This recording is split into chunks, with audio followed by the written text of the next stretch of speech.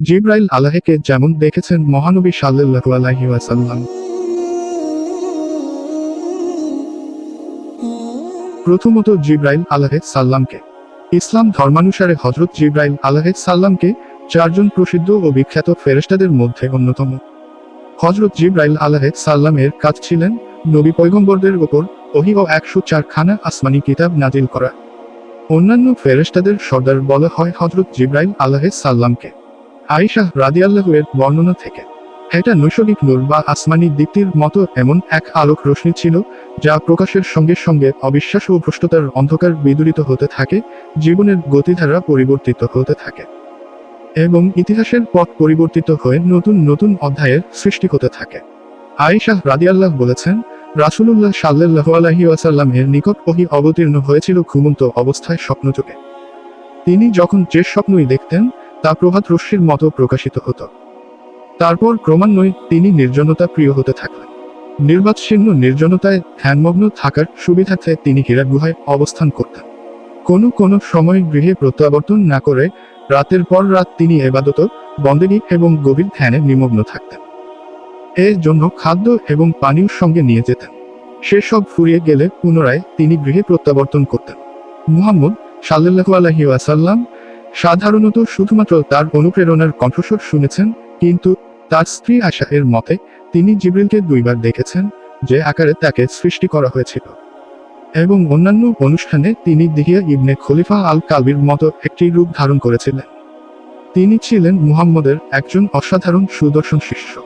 সম্মানিত ও বিশেষ মর্যাদা সম্পন্ন ফেরেশতাদের একজন হযরত জিবরাইল আলাইহিস সালাম।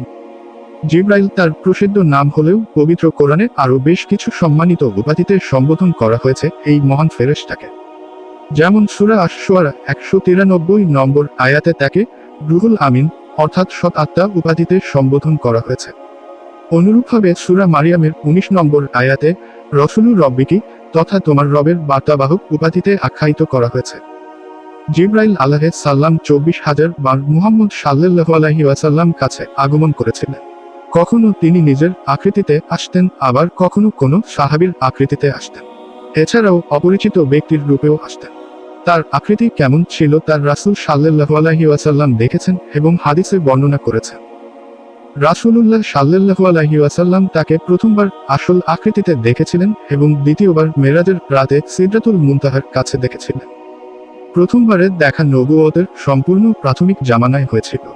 জিবরাইল আলাইহিস সালাম এর আকৃতির বর্ণনা সম্পর্কিত রাসূলের হাদিসের মাধ্যমে বোঝা যায় তার 600টি ডানা রয়েছে। ইমাম আহমদ রহমতুল্লাহ বর্ণনা করেছেন যে রাসূল সাল্লাল্লাহু আলাইহি ওয়াসাল্লাম জিবরাইল আলাইহিস সালামকে তার নিজ আকৃতিতে দেখেছেন। তার 600টি ডানা ছিল। প্রতিটি ডানার দিগন্ত আচ্ছাদিত করে ফেলেছিল। দিগন্ত বা বলতে সাধারণ দৃষ্টিতে পৃথিবী ও আকাশের সীমারেখাটিকে বোঝায় এবং আচ্ছাদিত অর্থ আবৃত। তার ডানা থেকে ঝরে পড়ছিল বিভিন্ন বর্ণের মুক্তা ও রত্ন বা মূল্যবান পাথর। ইমাম আহমদ রহমতুল্লাহ আরেক বর্ণনায় বলেছেন, শাকিক রহমাতুল্লাহ আলাইহি বলেন, আমি ইবনে মাসুদ রাদিয়াল্লাহু আনহুকে বলতে শুনেছি যে রাসূল সাল্লাল্লাহু আলাইহি ওয়াসাল্লাম বলেছেন, আমি জিবরাইলকে তারুণ্য দীপ্ত অর্থাৎ উজ্জ্বল যুবকের আকৃতিতে দেখেছি, যেন তার সাথে মুক্তা ছুঁচ্ছে। আরেক হাদিসে আব্দুল্লাহ ইবনে মাসুদ রাদিয়াল্লাহু আনহু থেকে বর্ণিত হয়েছে, রাসূলুল্লাহ সাল্লাল্লাহু আলাইহি ওয়াসাল্লাম জিবরিলকে 600 ডানা বিশিষ্ট দেখেছেন।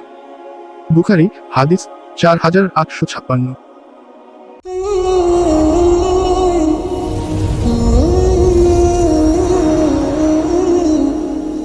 Oh